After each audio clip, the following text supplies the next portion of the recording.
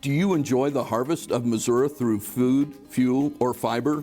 Interested in strengthening your community or making a difference in the lives of others? You're in the right place. This is Stand for Ag with Missouri Farmers Care. Join us for thoughtful conversations around the intersections of farmer, rancher, and consumer interests. Grab a seat, press play, and join the conversation.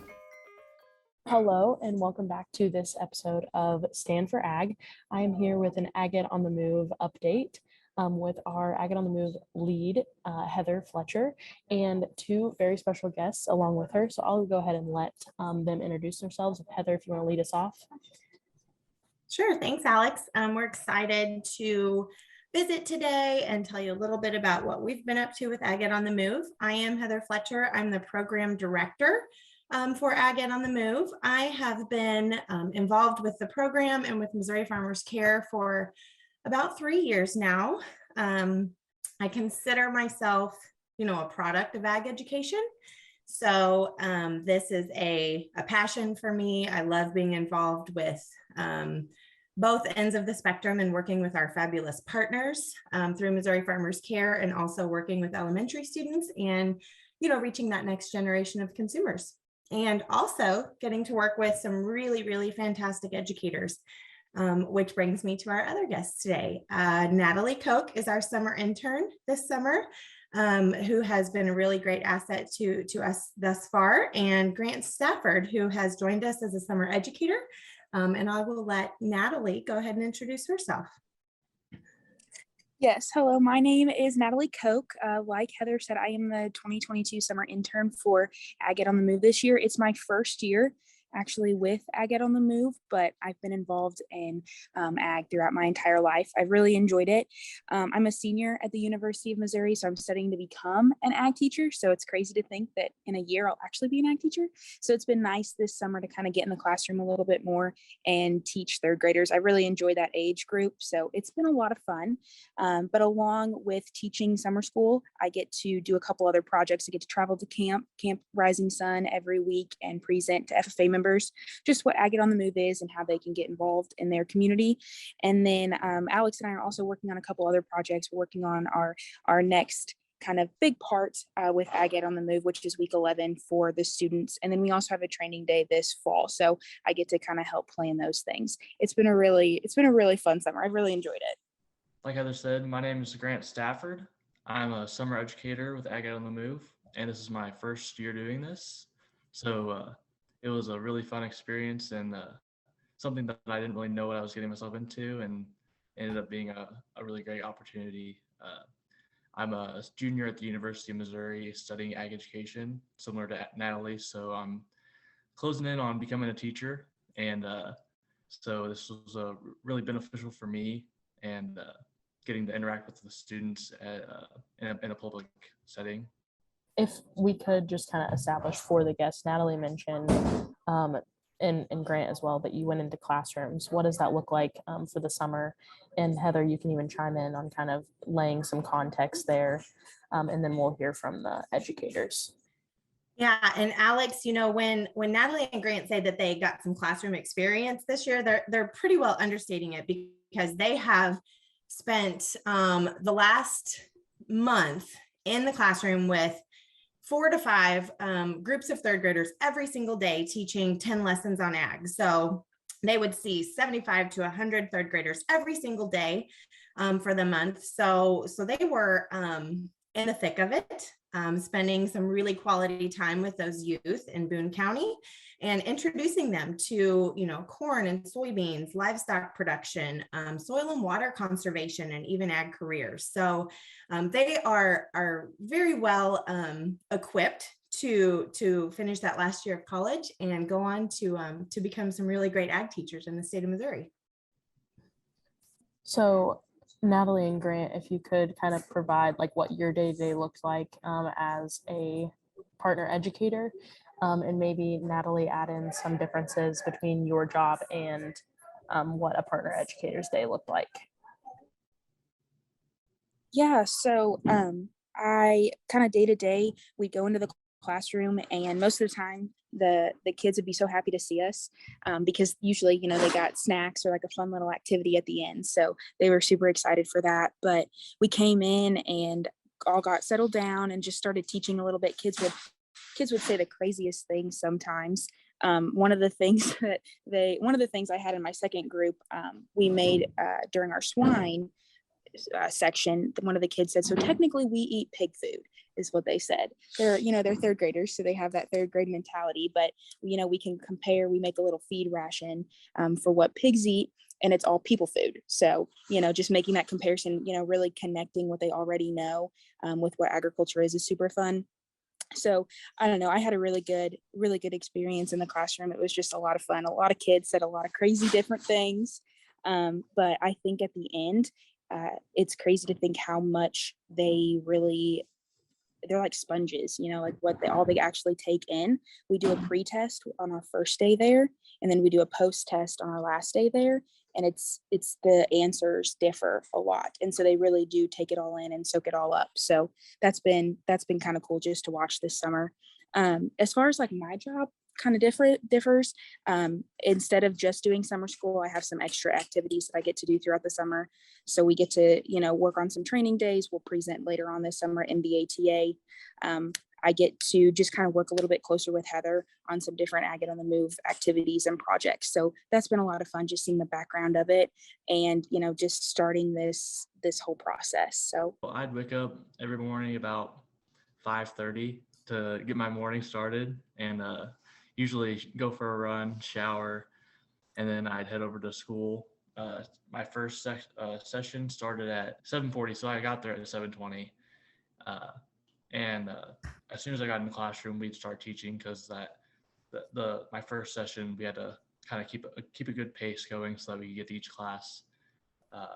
So each class would take about an hour, and by the time we were done with the classroom and I was ready to leave, it's kind of like a swarm of children, like trying to keep me from going to the next class, and the teachers always have to pry them off of me so I can get to the next one. So I go through, do my first two lessons each day, and then I head over to Locust Street. Usually I swing by Sonic and grab my Sonic drink before I get to Locust Street Elementary to teach the next lesson of the day and teach there. And by the time I'd finish up there, they'd be heading to lunch. So it was kind of like a nice little break for them to get to learn a little bit before they go eat. So Heather, you obviously have these two educators that did those. How many educators in total did you have this summer? And then what did your numbers look like in terms of students? How many classes you got into? Yeah, so Alex, this is the second year that we have provided Agate on the Move programming completely free of cost to all of Columbia Public Schools summer school. So that's around 1,000 students that we reach in 1 month.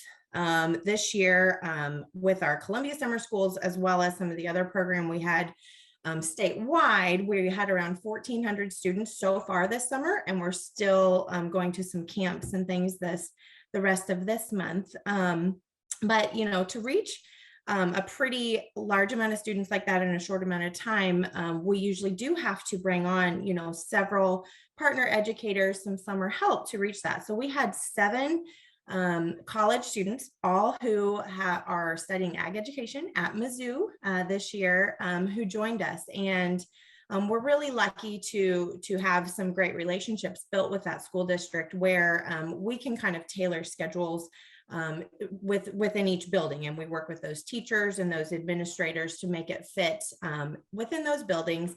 And also with our educators who are hardworking, really driven students. Grant had another job that he's working this summer. We had several other students who were, teaching half the day and then heading to their second job and kind of wearing several different hats during the day. And, those passionate advocates, that's really, I think, a great definition of what most advocates for, this industry look like. We all wear a lot of different hats and carry that passion into everything we do. And we're really lucky to have talented young individuals that can help us reach this many students every summer. And with reaching this many students, is the programming the same as it is during the year? Do you modify it for the summer, or what does that look like? Yeah, that's a great question. We have found over the last few years that we're a great fit for summer school because there is a little more leeway in the day, more time for some of those, what we might call an enrichment activity. We can take a little more time with those hands-on pieces.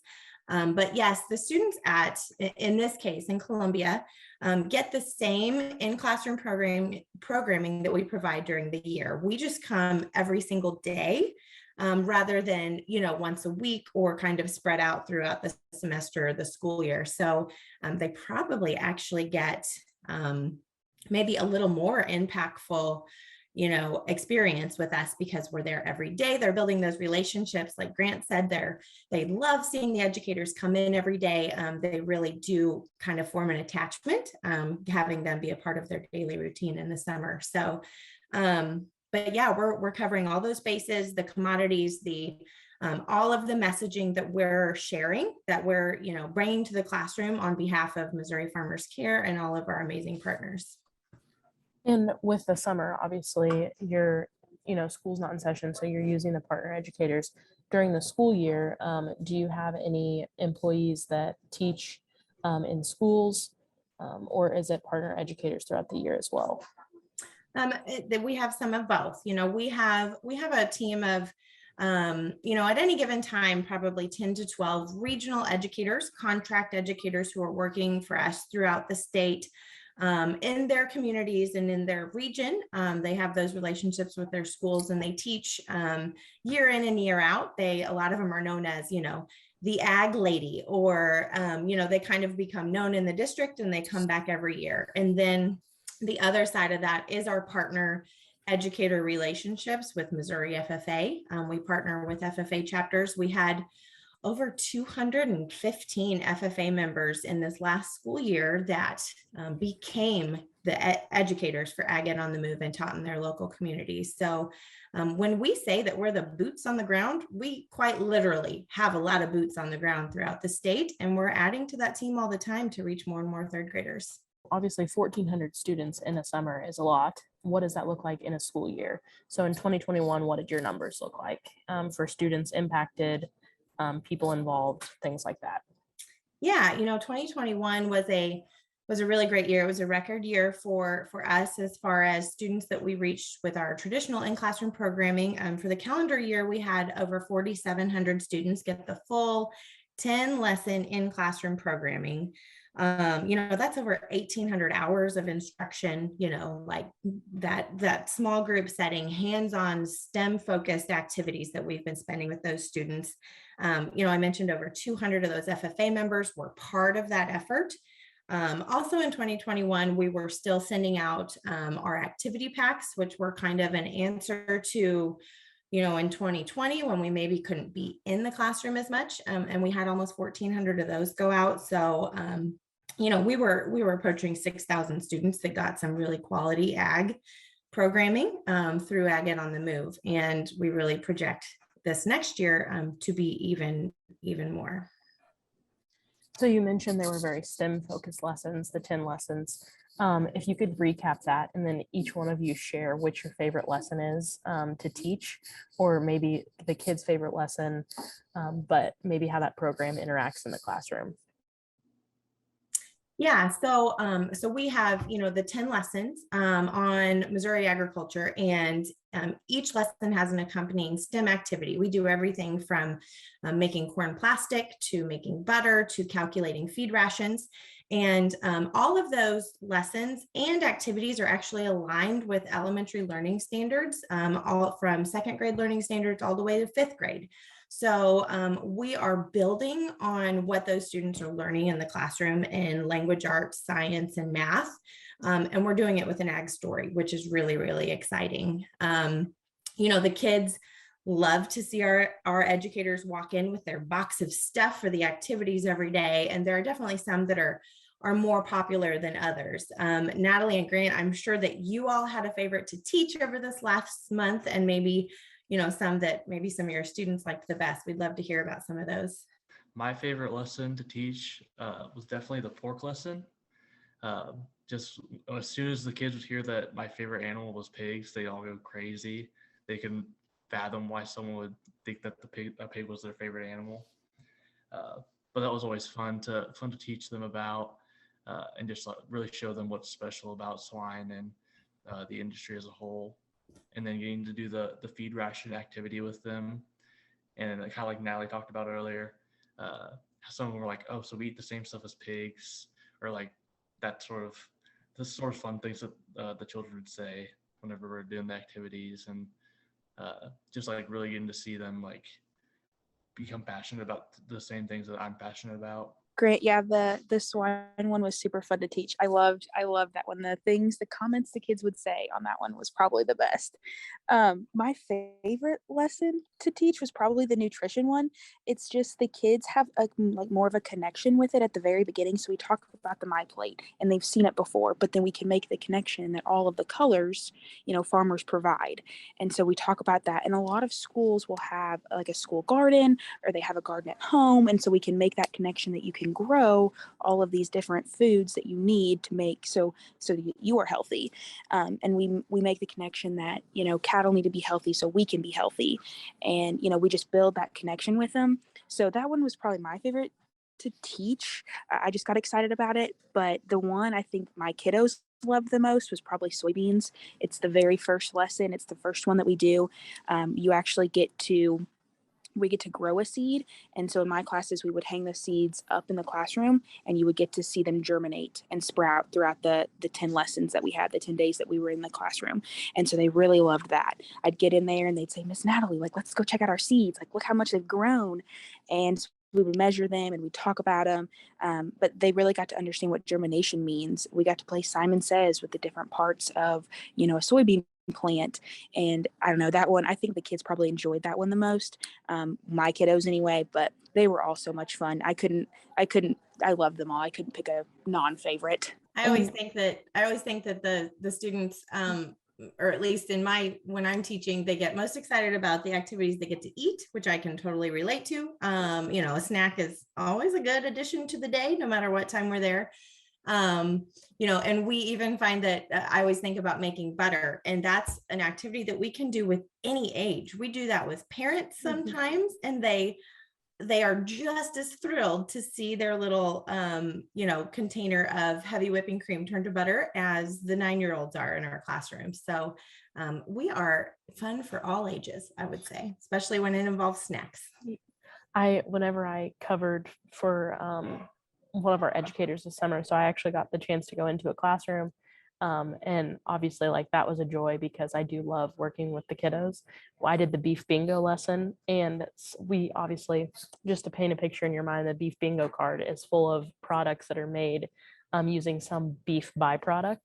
And so these kids, there's things like crayons or, footballs or things like that. And they're like, what? How? Like, I don't understand. And it's just so hard for them to grasp in their minds. But then I explain, we use every single part of the beef cow. That way nothing goes to waste and we're being like the most sustainable we can. And those kids were like, oh my gosh, this is crazy. And they're eating these marshmallows that we give them as markers, and by the end of it, some of them don't even have enough markers to make a bingo because they're like putting a marshmallow in their mouth for every time they put one on the card. Yep. So it was just a joy to kind of see those connections go off and like hear these crazy things that these kids say.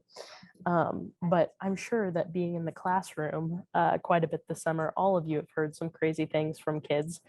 So if we could just have a little, humor segment on the podcast and everyone just kind of share or talk about maybe some crazy things that kids say or just absolutely funny ones that would kind of bring some joy to everybody's day on the podcast.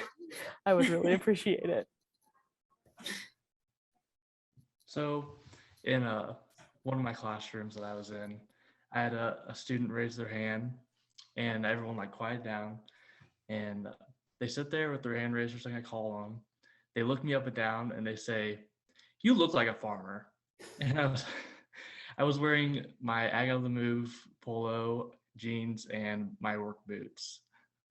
And I said, "Well, what does a farmer look like? Is it because of the boots?" I said, "Well, if any of you could be a farmer one day. So, I mean, there's not really a look, but I just thought it was really funny whenever they try to make that connection and they asked me, do you live on a farm? And I was like, well, I live in Columbia, but I was raised on a farm. And they all just kind of like giggled and kind of like whenever they look at me, they immediately thought farmer was a little funny every day.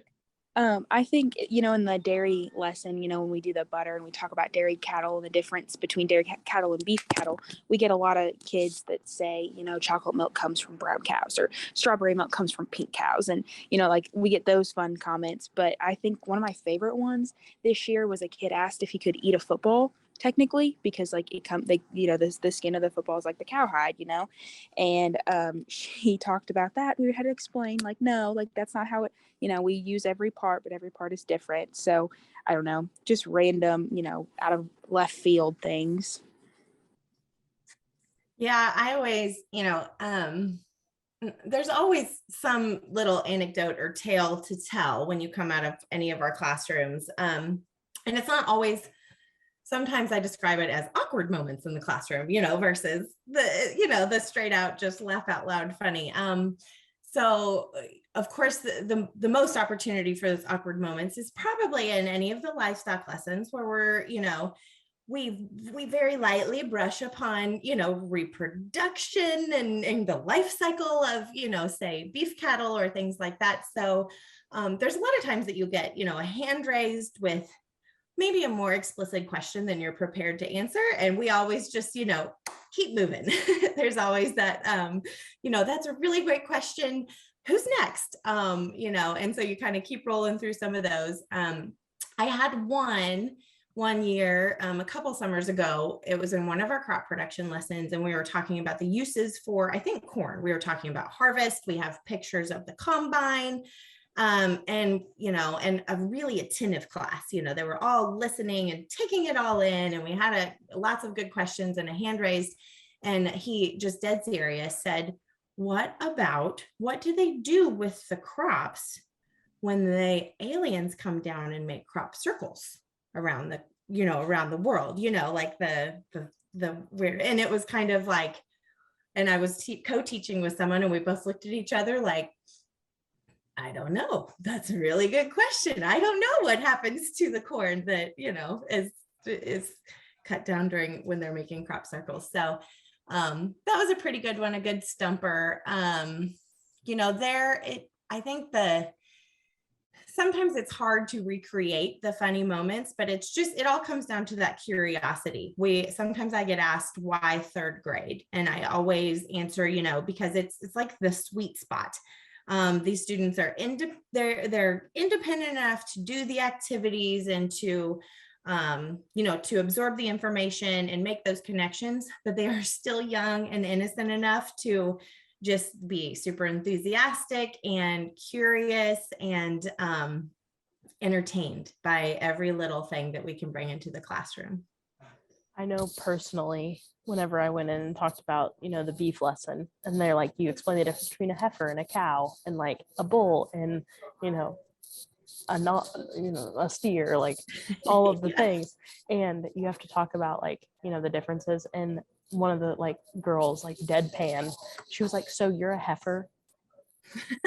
Because Yeah. because I was like, I haven't had any kids. I kind of like related it to like, humans, like I haven't had any, babies yet.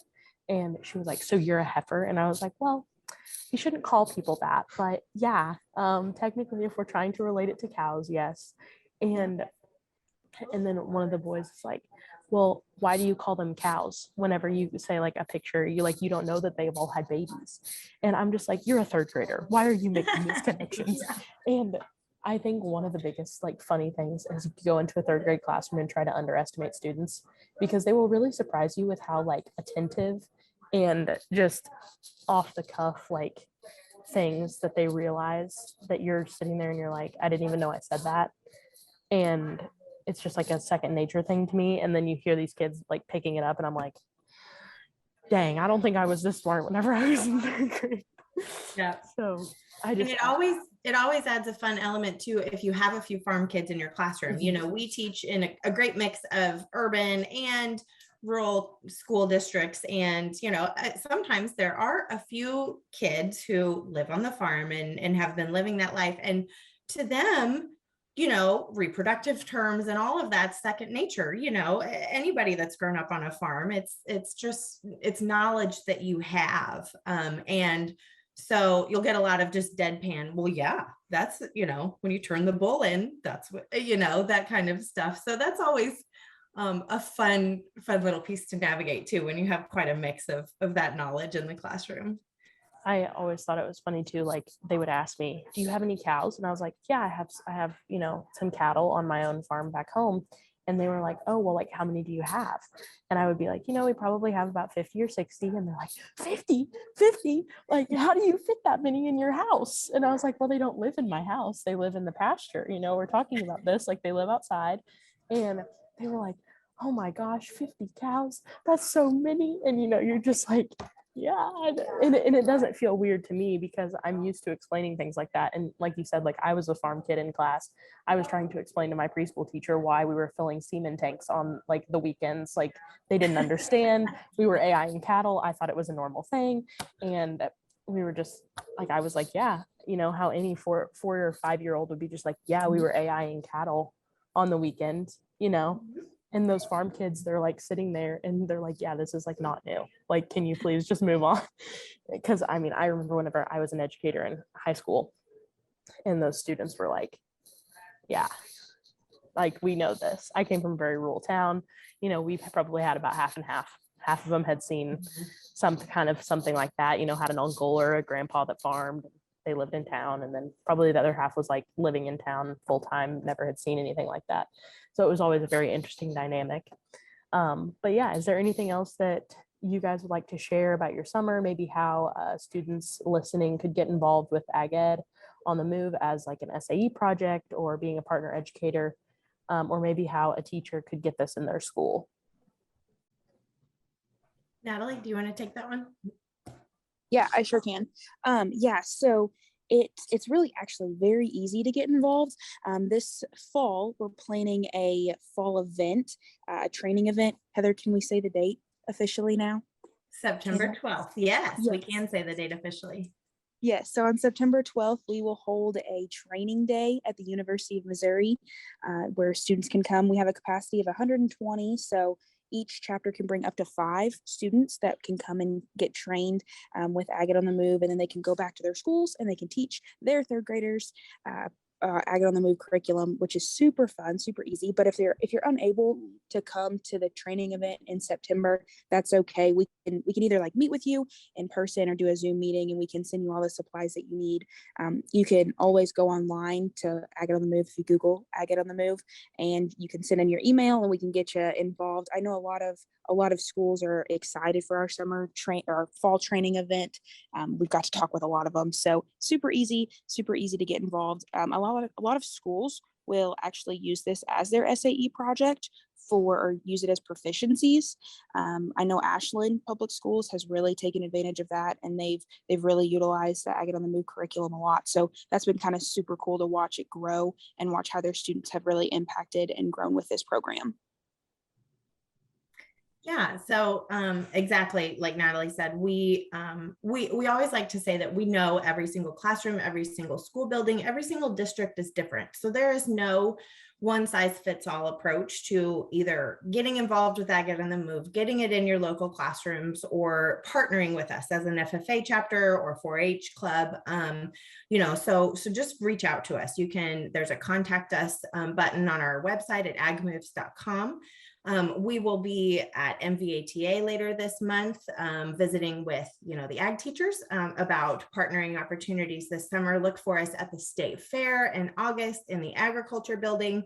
We will be doing some of our fun hands-on activities, and we'll have any info that parents, teachers, advisors, students, anyone who would have any interest in getting involved in the program could come give us a call or stop by the booth when you're in Sedalia in August. So like I said, our goal is to just reach students, reach that next generation of consumers.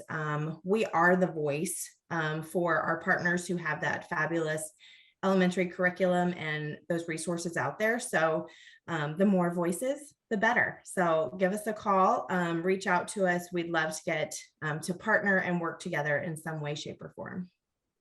Thank you, Heather and Grant and Natalie, for hopping on this week's episode. We're so thankful to hear about Agate on the Move and how it is growing every day, and how we can look forward to the future of agricultural education in third grade classrooms all around the state of Missouri. Thank you for joining the Stand for Ag podcast with Missouri Farmers Care. We're excited to bring you new stories each week. We as agriculturalists have a lot of stories to tell. Stories of resilience, grit, and stories of families that are united by their passion for agriculture. Each week, tune in for a new episode and join the conversation.